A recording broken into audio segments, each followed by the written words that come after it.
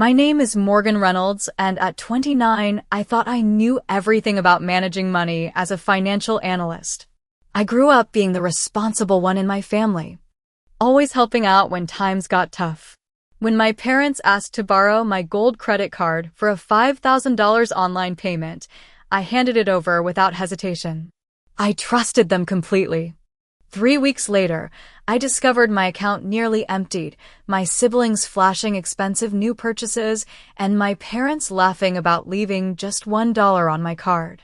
Before I continue, drop a comment letting me know where you're watching from, and hit that like and subscribe button to join me on this financial roller coaster ride.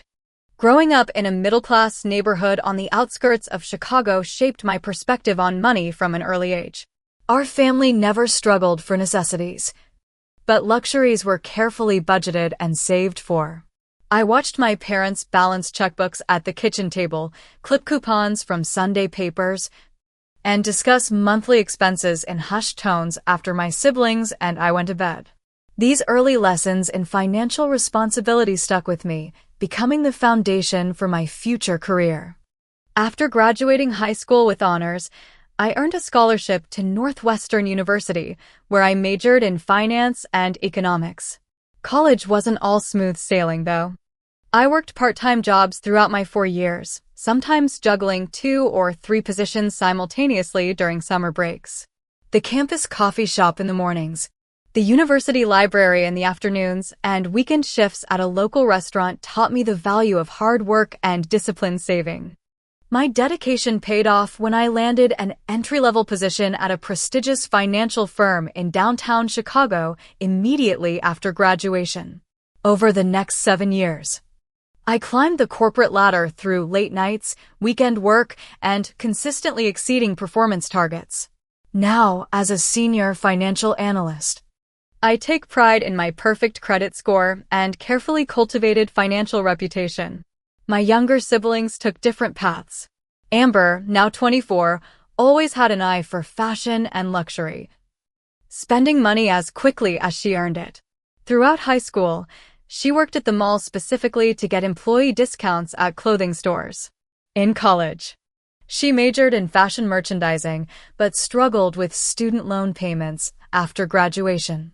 Her apartment always featured the latest trendy decor items, despite her entry-level salary at a boutique marketing agency. Ryan, 26, is the adventure seeker in our family. Always restless, he bounced between college majors before settling on business administration, graduating 2 years behind his peers. His spending typically revolves around experiences and equipment for his latest hobbies, from expensive camera gear during his photography phase to high-end camping equipment when he discovered hiking. He works as a sales representative for a sports equipment company, a job that suits his outgoing personality but provides inconsistent income through its commission structure. Our family dynamic shifted dramatically 5 years ago when Dad lost his job of 20 years during a company-wide downsizing. The manufacturing plant where he worked as a floor manager closed with minimal notice, leaving him with a modest severance package and uncertainty about future employment at age 55. Mom had always worked part-time as an administrative assistant at a local dental office, but her income wasn't enough to cover our family's expenses. That difficult period cemented my role as the family's financial safety net. I helped cover their mortgage for 3 months while Dad searched for work. When he finally found a position, it came with a significantly lower salary, forcing my parents to adjust to a new financial reality. I co-signed when they needed to refinance their home, lent money for Ryan's final year of college tuition, and helped Amber secure her first apartment by providing the security deposit. Through disciplined saving and careful credit management, I qualified for a premium gold credit card from my bank last year. With its $50,000 limit, comprehensive travel insurance, concierge service, and generous rewards program, the card represented a milestone in my financial journey. The heavy metal card itself symbolized success, earning appreciative glances whenever I placed it on a restaurant table to pay for dinner. I never carried a balance, always paying the full amount due each month to avoid the high interest rate. The call from my parents came on a Tuesday evening in early March. I was preparing dinner in my downtown apartment when Mom's name flashed on my phone screen. "Morgan, sweetheart, we need a huge favor," she began, her voice carrying that distinctive tone she uses when asking for something significant. "Your father and I need to make an online payment for about $5,000, but our credit card limit isn't high enough." "What's the payment for?" I asked, automatically shifting into financial advisor mode. "It's for a special investment opportunity," Dad chimed in from the extension. "Time sensitive, great returns. We've done our research, but our card won't cover the initial deposit." I hesitated. "Couldn't you split it between your cards?" "The website only takes one payment method," Mom explained quickly. "We just need to borrow your gold card for a couple of days. We'll mail it back to you as soon as the transaction clears.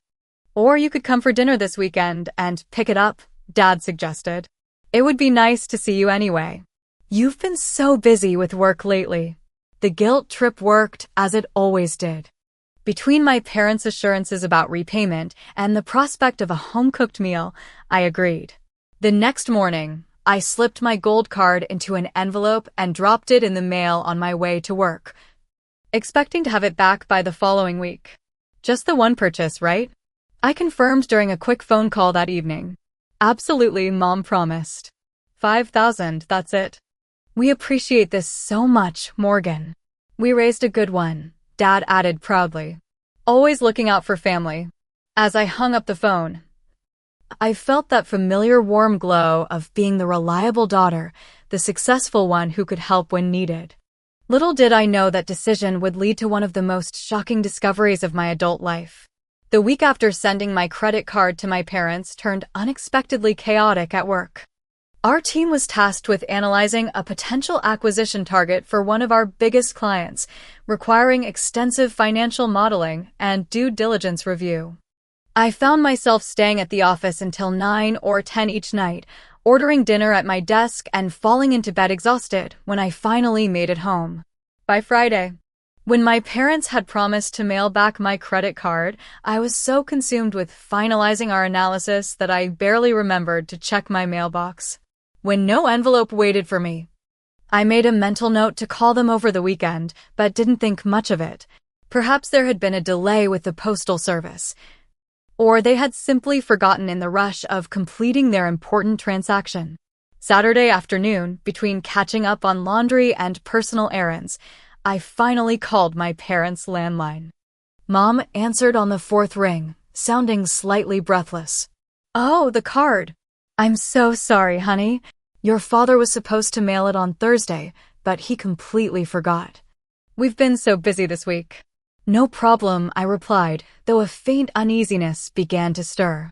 "Did you complete the transaction you needed it for?"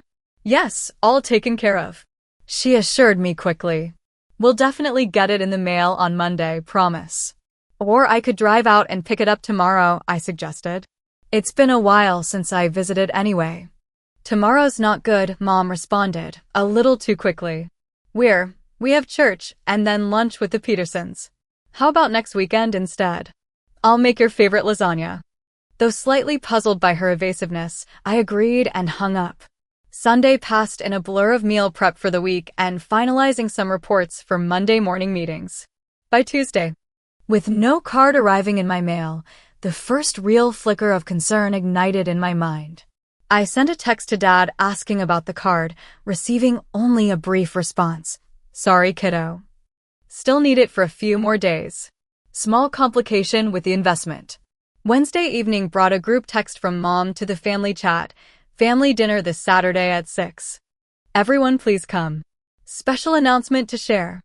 Curious about the announcement and increasingly eager to retrieve my credit card, I immediately confirmed my attendance. Ryan responded with a thumbs-up emoji, while Amber sent an enthusiastic "can't wait," followed by several exclamation points. Saturday evening, I arrived at my parents' suburban home with a bottle of wine and growing curiosity. As I walked up the familiar concrete path to the front door, I noticed subtle changes to the property. The porch furniture looked new, the cushions a bright teal color that hadn't been there during my last visit. The doorbell had been replaced with a sleek video model I didn't recognize. Mom greeted me with a warm hug that smelled of her signature perfume and the garlic from whatever was cooking in the kitchen. As she led me inside, more changes caught my eye. The living room featured a new leather sectional sofa where the old fabric couch had been, and a larger television now dominated the entertainment center. "Did you redecorate?" I asked casually, setting the wine on the kitchen counter. "Just a few updates," Mom replied, stirring something on the stove. "The old couch was falling apart, and your father found a good deal on the TV." Dad emerged from the basement, giving me a hearty hug. "There's my financial wizard. How's work treating you?" "Busy but good," I answered, glancing around. "Looks like things are going well for you too as well." "Can't complain," he said with a wink. "Life has a way of working out." Before I could inquire about my credit card, the front door burst open and Amber breezed in. My sister looked particularly polished, wearing what appeared to be a new designer dress and carrying a handbag I recognized from a luxury brand's recent collection.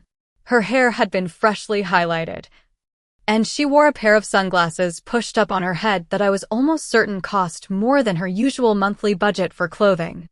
"Morgan," she squealed, air-kissing both my cheeks.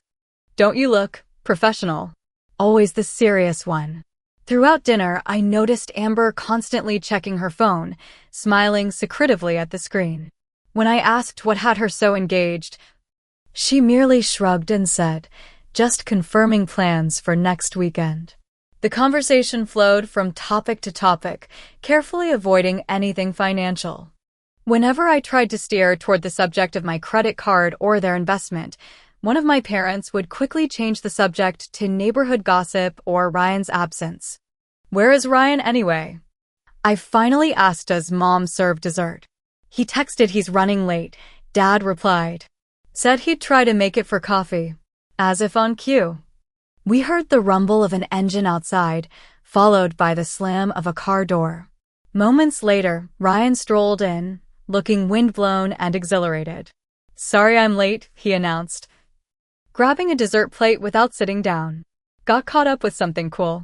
Throughout coffee and dessert, I made 2 more attempts to ask about my credit card, each time met with deflection.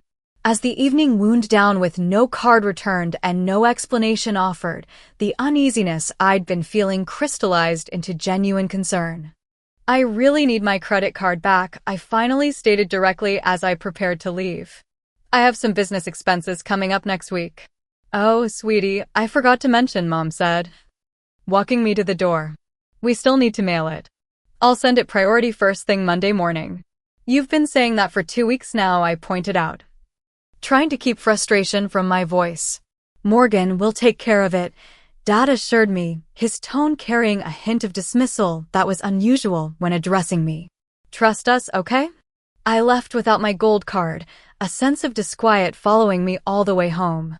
The next morning, a text from Ryan appeared on my phone. "Hey sis, got something awesome to show you. Coffee at Westfield Plaza tomorrow? 2 p.m. at Java Junction." The unusual invitation only deepened my growing suspicion that something strange was happening with my family. What I couldn't possibly anticipate was just how bizarre things were about to become. The following day, I arrived at Java Junction a few minutes before our scheduled meeting time. The popular coffee shop at Westfield Plaza buzzed with Sunday afternoon energy, patrons hunched over laptops or engaged in animated conversations over steaming mugs. I secured a table near the window, ordering a latte while I waited for Ryan. At precisely 2:10 p.m., I heard it before I saw it, a distinctive engine sound that made several heads turn toward the large windows. A sleek, cherry-red Ducati motorcycle pulled into a parking space directly in my line of sight. The rider, clad in black leather and a matching helmet, smoothly dismounted and removed his headgear, revealing my brother's grinning face. My jaw literally dropped. Ryan had been talking about wanting a motorcycle for years, but this wasn't some used starter bike. Even with my limited knowledge of motorcycles, I recognized this as a premium model that easily cost north of $15,000. Ryan had been complaining about his rent increase just last month. lamenting that he might need to find a roommate to split costs. He sauntered into the coffee shop, helmet tucked under one arm, clearly enjoying the admiring glances from other patrons. Spotting me by the window, his grin widened as he pulled out the chair across from mine. "So, what do you think?" he asked without preamble, gesturing toward the motorcycle outside. "I think that's a very expensive bike for someone who was worried about making rent 4 weeks ago," I replied carefully. "Fortune favors the bold, sis," he said with a wink. "Sometimes you've got to take a leap. A $15,000 leap. Closer to 20, actually. It's the Panigale V4S model. Carbon fiber components, racing suspension, the works." I nearly choked on my latte. $20,000? Ryan, where did you get that kind of money? He shrugged, suddenly very interested in studying the menu board above the counter. Good timing, smart choices. Hey, I'm going to grab a coffee. Want a refill? Before I could press further, he was up and in line at the counter. My mind raced, trying to make sense of this sudden windfall. Ryan's sales job paid primarily on commission, and while he occasionally had good months, nothing that would justify this kind of extravagant purchase. As I sat pondering this mystery, another familiar face appeared at the coffee shop entrance. Amber pushed through the door, shopping bags clutched in both hands. Designer bags, I noted, from boutiques in the high-end section of the mall. She spotted me and wavered visibly before plastering on a bright smile and heading toward our table. "Morgan, what a coincidence," she exclaimed, though her tone lacked genuine surprise. "Ryan invited me," I explained, gesturing to where our brother stood in line. "Apparently to show off his new motorcycle." "Oh, you've seen it? Isn't it gorgeous?" Amber gushed, setting her shopping bags beside the empty chair. "The color is just perfect. Almost as perfect as that new Prada bag you're carrying," I observed. "And those look like Jimmy Choo shoeboxes." Amber's hand unconsciously touched the sleek leather handbag hanging from her shoulder. "This old thing? I've had it forever. The spring collection just released last month, Amber." A flash of discomfort crossed her face before Ryan returned with his coffee and a refill for me. The tension at our table was palpable as my siblings exchanged quick glances. "So," I said, placing my hands flat on the table, "either you two won the lottery without telling me, or something very strange is going on. Which is it?" Another silent exchange between them, then Ryan sighed. "Look, it's not a big deal. Mom and Dad wanted to do something nice for us." "Mom and Dad," I repeated slowly.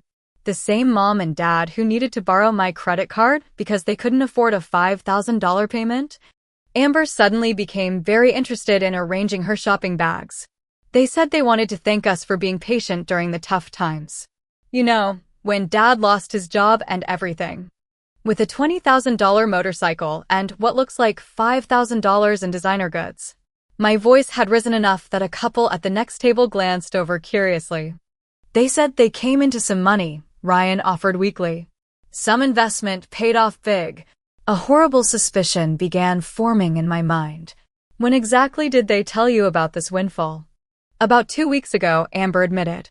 "Right after they borrowed your credit card." The pieces clicked into place with sickening clarity. Without another word, I pulled out my phone and opened my credit card app. I hadn't checked the account in weeks, trusting my parents implicitly.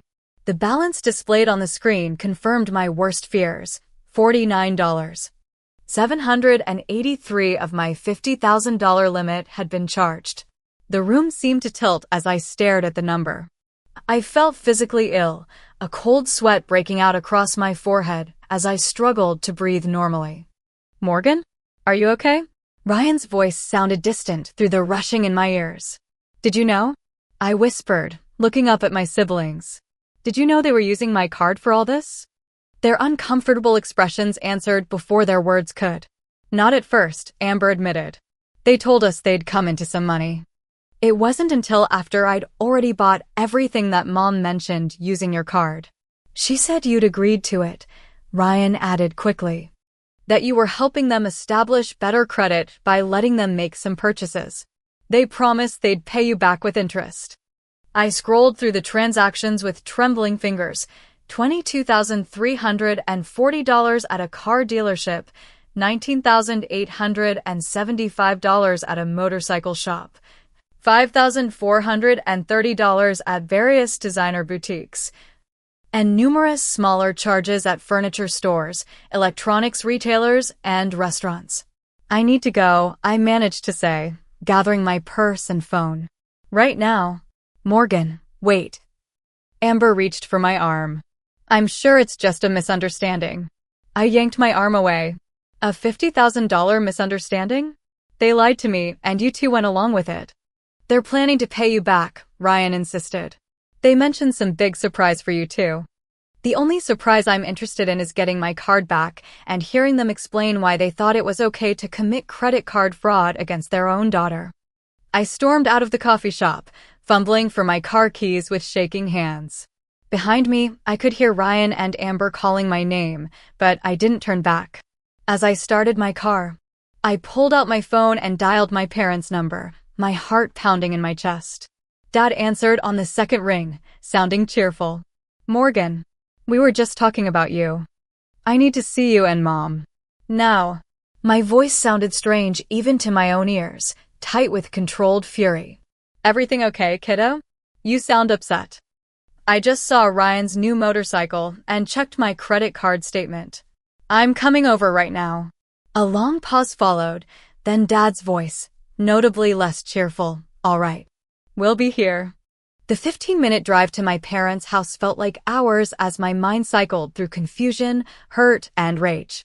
The people I trusted most in the world, the ones who had taught me financial responsibility, had betrayed me in the most fundamental way. By the time I pulled into their driveway, seeing both Ryan and Amber's cars already there, I had worked myself into a state of cold fury that left no room for tears. I parked behind Amber's car, blocking her in, and marched up to the front door without bothering to knock.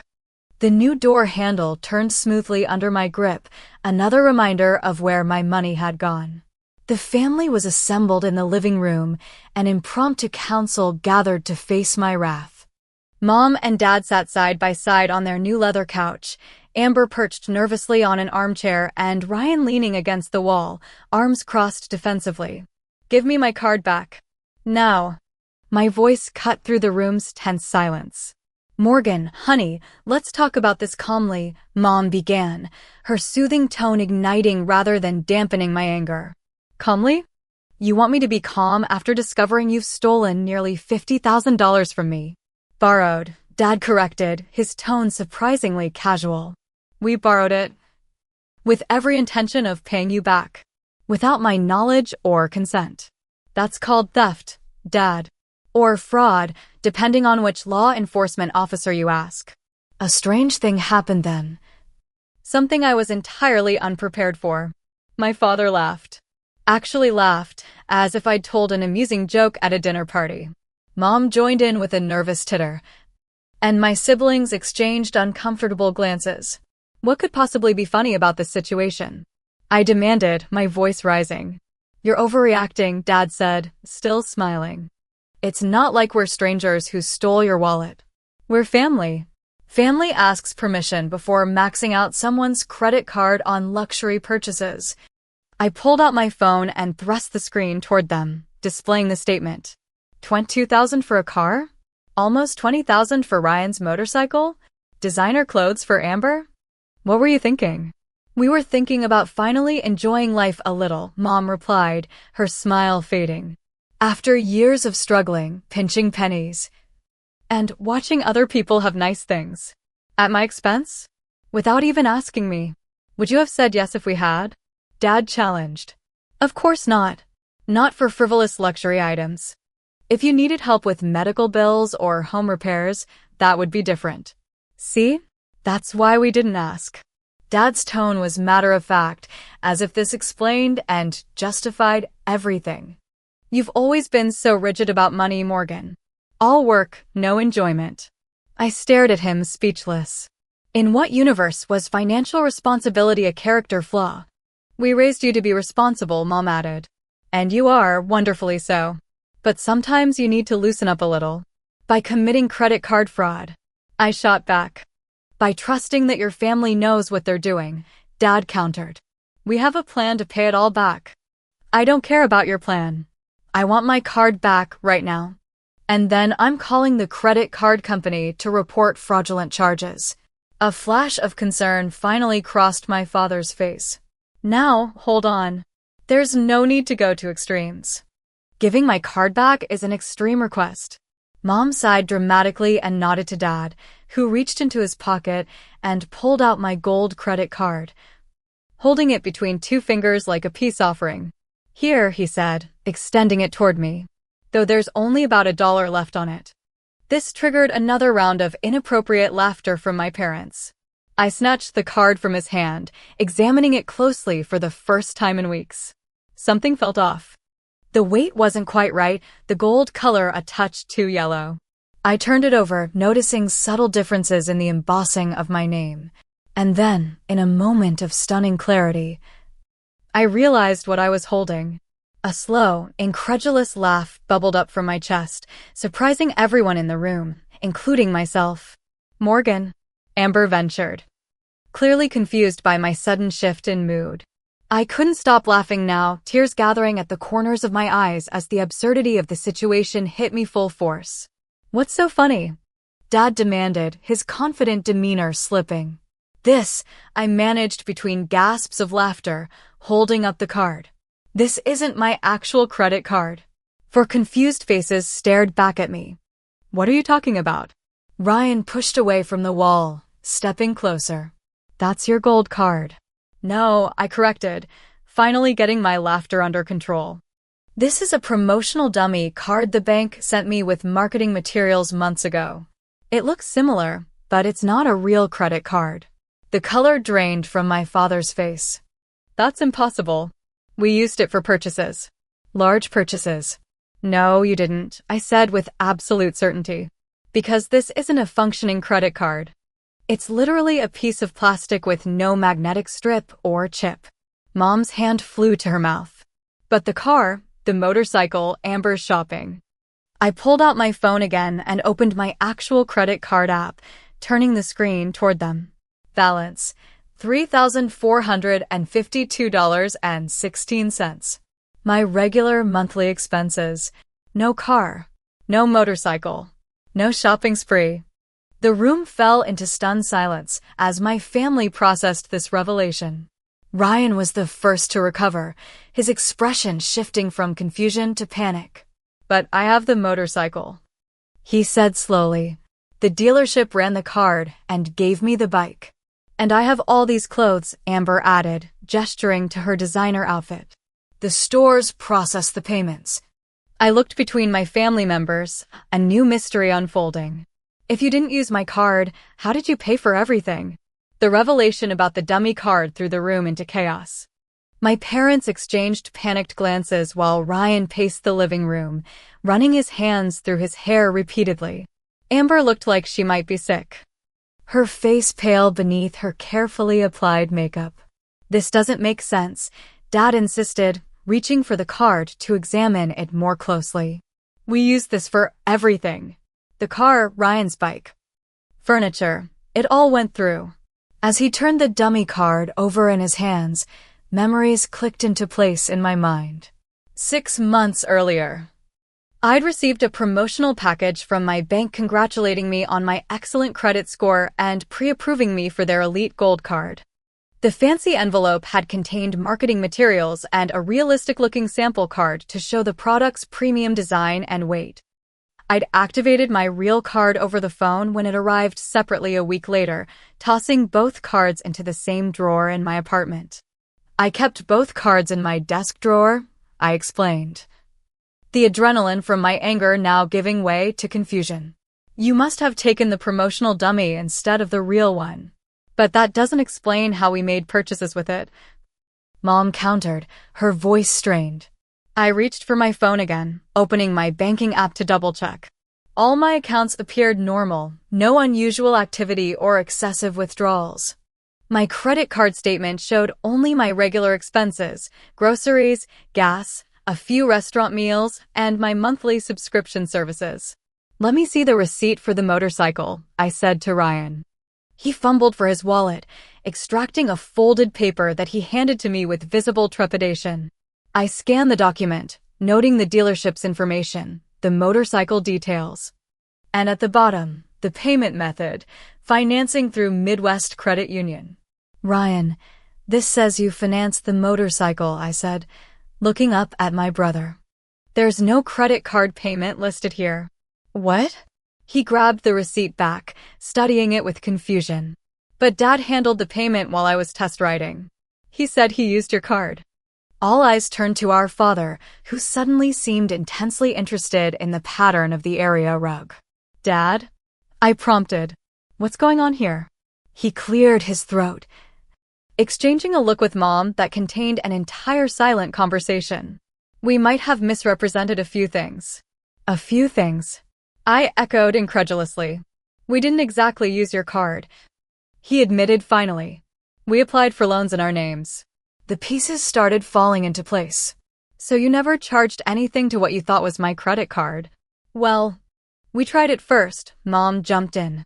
But when the initial transaction was declined, we found other ways to make the purchases.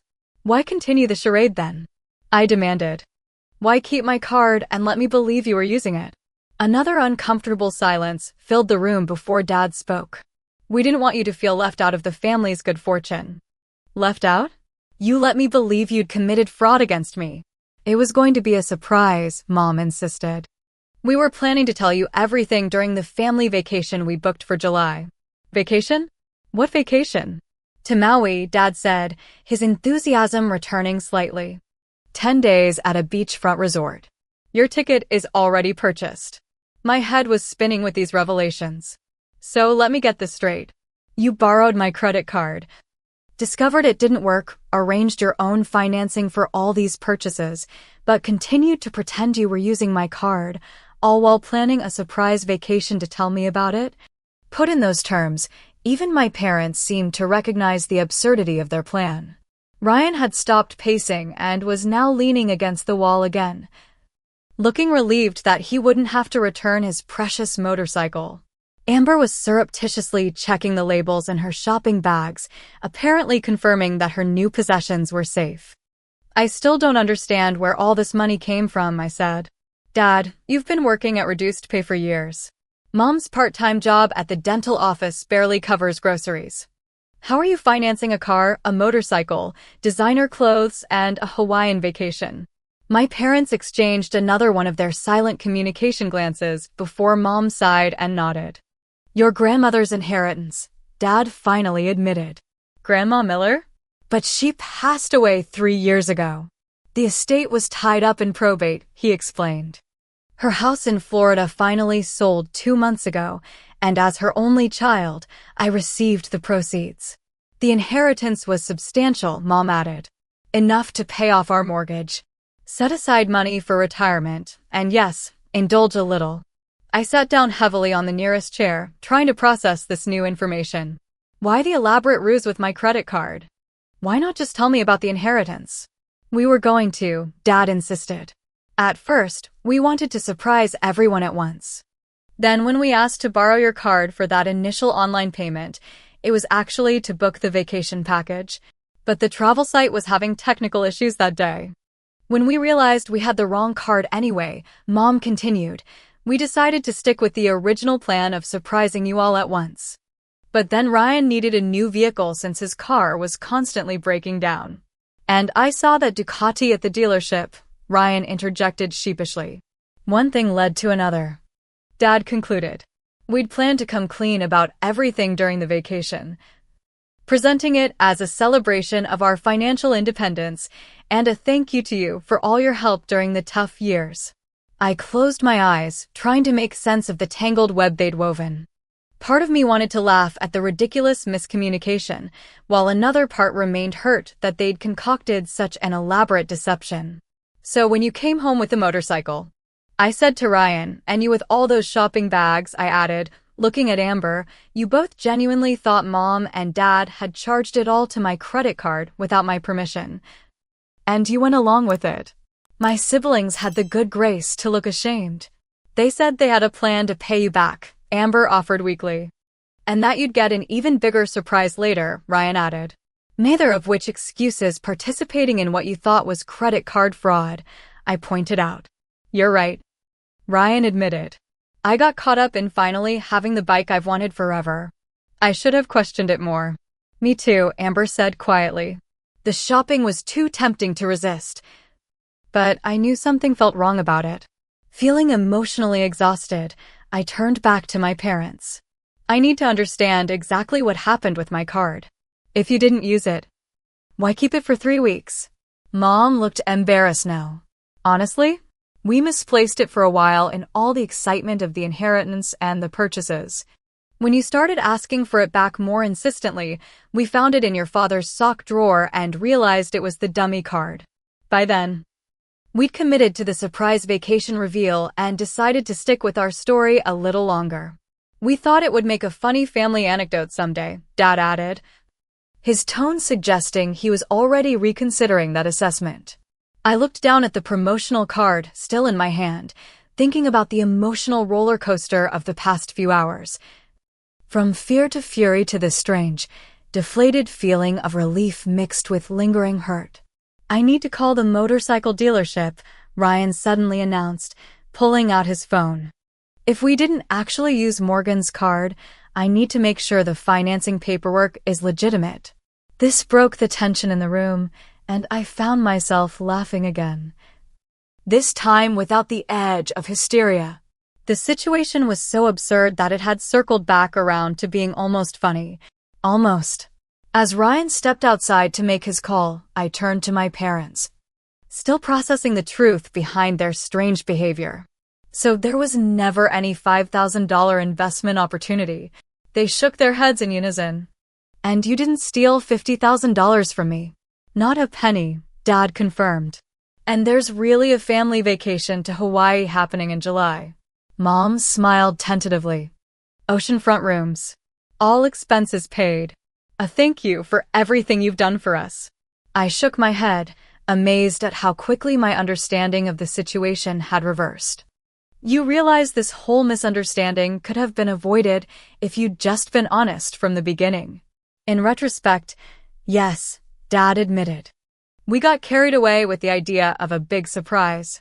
Ryan returned from his call, looking relieved. The financing is legitimate. Dad co-signed for me using the inheritance as collateral. The loan is in my name. Same with my shopping, Amber added. Mom gave me a prepaid credit card loaded with $5,000. The stores ran it as a regular credit card transaction. The final piece of the puzzle clicked into place when I turned to my parents.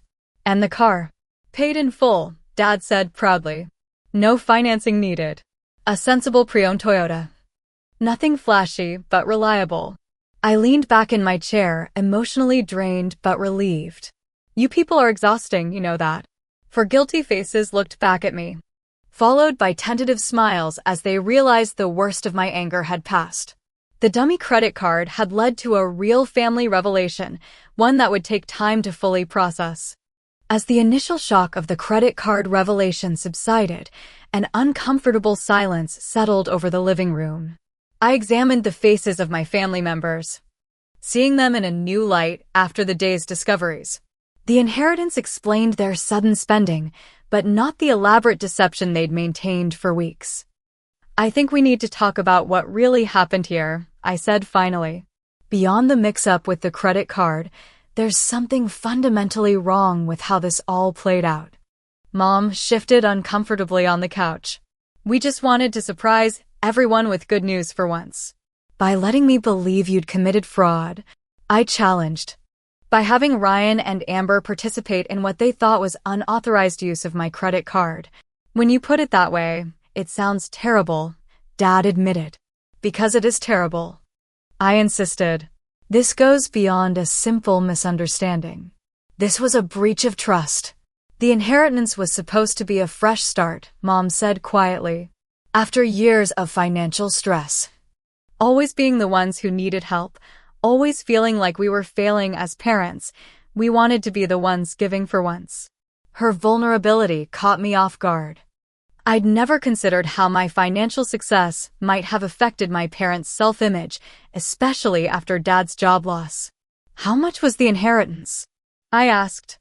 Dad hesitated, then answered. Just over $300,000. I blinked in surprise. That was substantially more than I'd expected. We paid off the mortgage, he continued. Set aside money for retirement. Then decided to use some of it to finally enjoy life a little and thank you kids for standing by us during the rough years. Why not just tell us that from the beginning? Pride. Mom admitted. For years, we've been the ones needing help, especially from you, Morgan. We wanted to surprise you from a position of strength. Not as the financially struggling parents always asking for assistance. So you created this elaborate scheme instead? It wasn't supposed to be elaborate, Dad explained. We were going to announce everything during a nice family dinner, then surprise you with the vacation plans. But when you sent your card and we realized it was a dummy, things got complicated. And you too, I turned to my siblings. You were willing to accept expensive gifts that you thought were fraudulently charged to my account. Amber at least had the grace to look ashamed. They assured us they had a plan to pay you back with interest. And that you were getting an even bigger surprise. That doesn't make it right, I countered.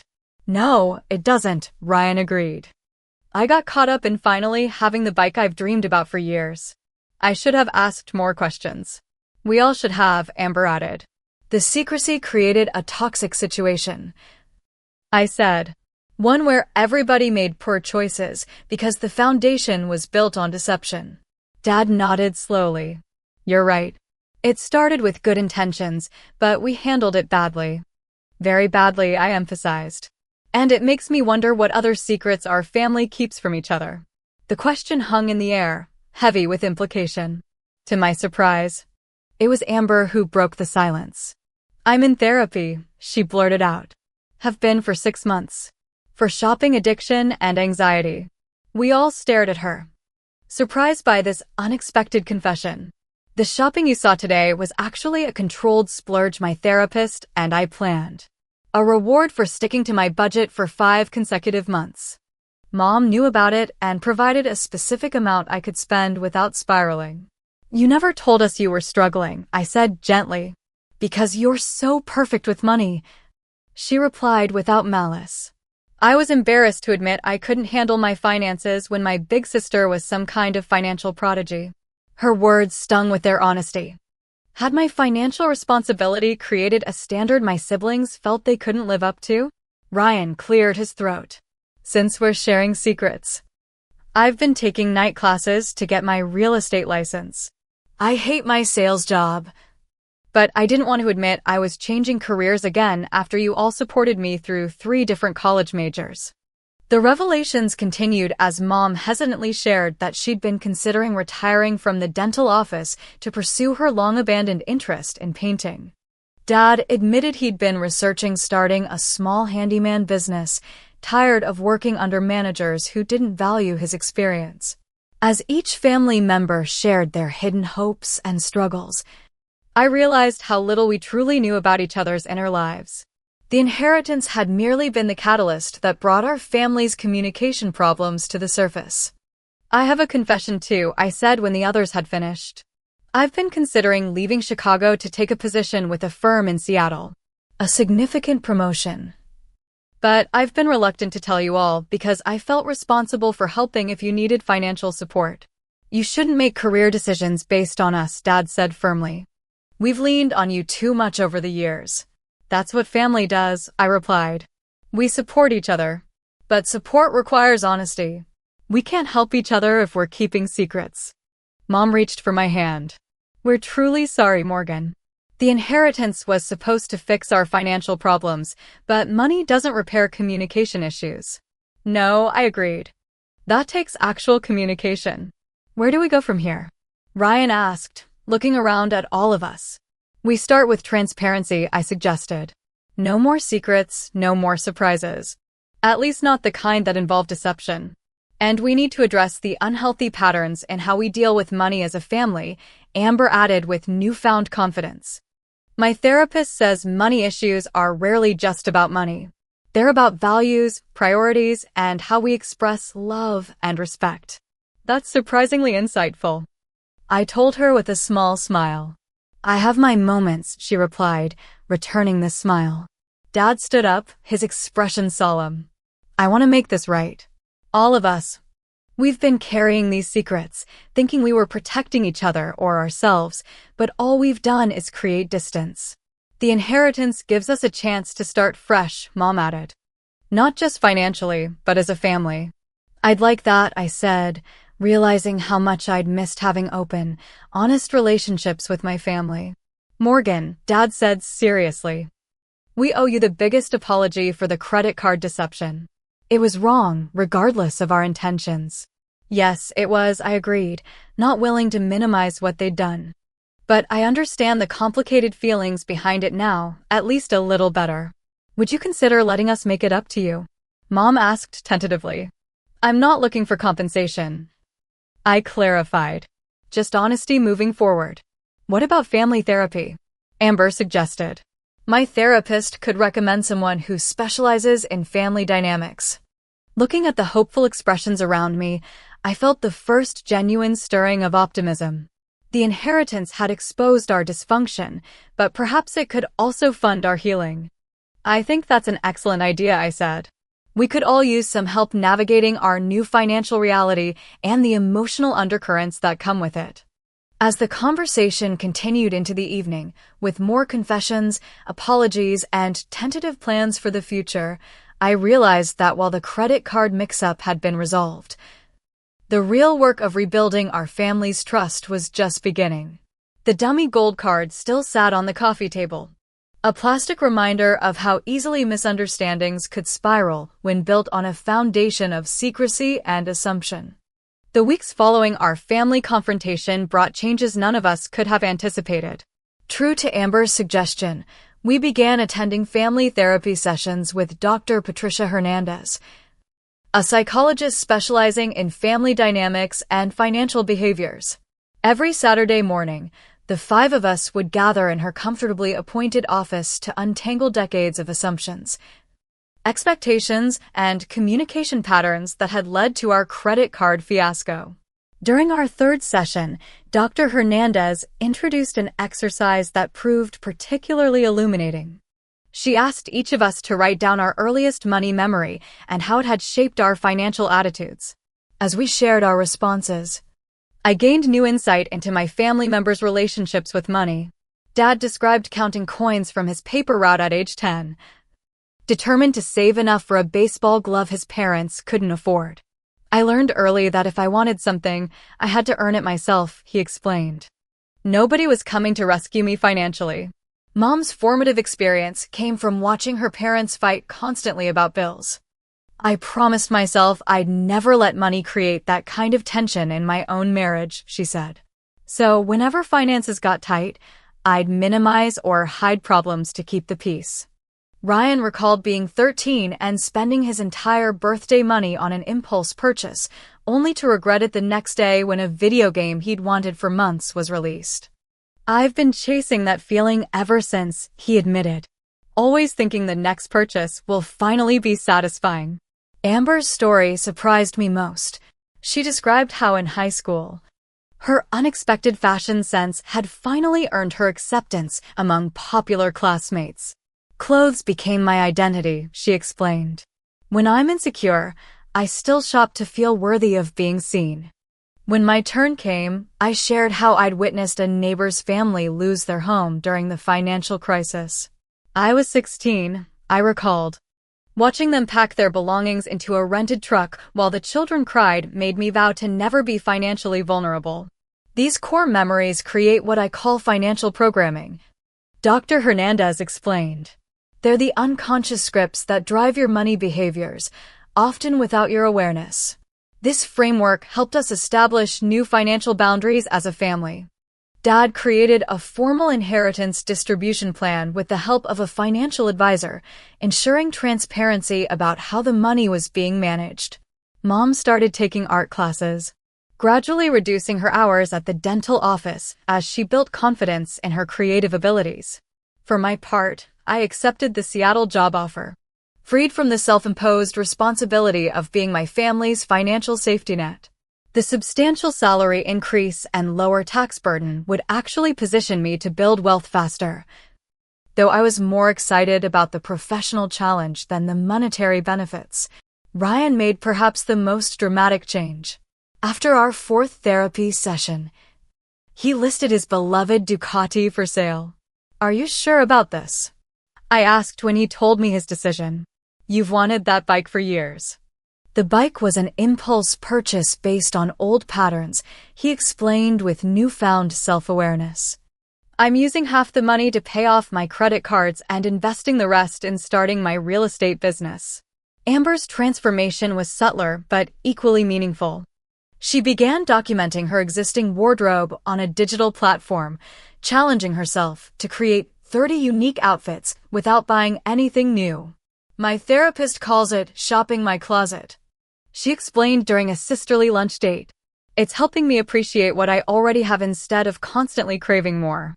3 months after the credit card revelation, Dad called a family meeting at their house. As we gathered around the dining table, he slid a folder toward the center. "What's this?" I asked, opening it to find documentation for a charitable foundation. "The Reynolds Family Financial Literacy Fund," he announced proudly. "We've endowed it with $50,000 from the inheritance." Mom squeezed his hand supportively. "The fund will provide workshops and one-on-one coaching for families struggling with money management." "This is incredible," I said, genuinely moved by their initiative. "It's our way of transforming our financial mistakes into something positive," Dad explained. "And we'd like all 3 of you to serve on the advisory board, each bringing your unique perspective on money challenges." As I looked around at my family, I realized how far we'd come since that confrontational Sunday when I'd stormed into their living room demanding my credit card.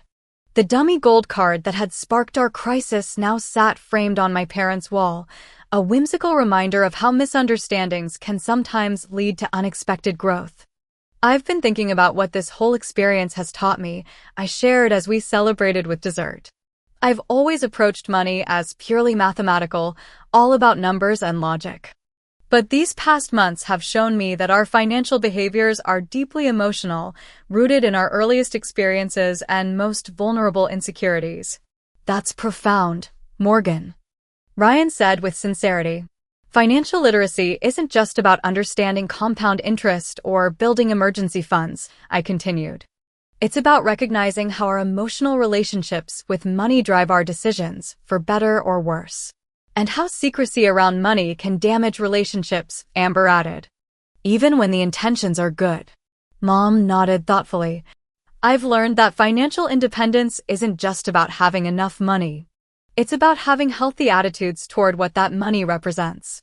For me, Dad concluded, the biggest lesson was that no inheritance or windfall can substitute for honest communication. We nearly destroyed our family trying to create a financial surprise, when what we all really needed was transparency and truth. As our gathering wound down, I found myself feeling genuinely grateful for the dummy credit card mix-up. Without that catalyst, we might have continued our dysfunctional patterns indefinitely, keeping secrets and making assumptions that slowly eroded our family bonds. The vacation to Hawaii still happened, though we rescheduled it to accommodate my move to Seattle. Those 10 days on Maui's beaches provided time for healing, laughter, and creating new family memories untainted by financial deception. We even took a family photo holding the framed dummy credit card, all of us wearing matching Hawaiian shirts and genuine smiles. Standing now at the threshold of my new life in Seattle, I understand that true financial wisdom isn't just about managing money effectively. It's about recognizing how our emotional histories shape our financial decisions, communicating honestly about our needs and fears, and being willing to examine the unconscious beliefs that drive our behavior. The gold credit card still sits in my wallet, rarely used, but serving as a subtle reminder of what truly matters. Money comes and goes, but the trust we build through honesty and understanding is the real currency of lasting relationships. Have you ever experienced a financial misunderstanding that led to unexpected personal growth? Share your story in the comments below. If this tale of family financial drama resonated with you, please hit the like button and subscribe to hear more life lessons from my financial journey. Remember, sometimes our biggest mistakes become our most valuable teachers. And even a dummy credit card can lead to very real wisdom. Thank you for listening, and may your own financial journey be filled with both prosperity and authenticity.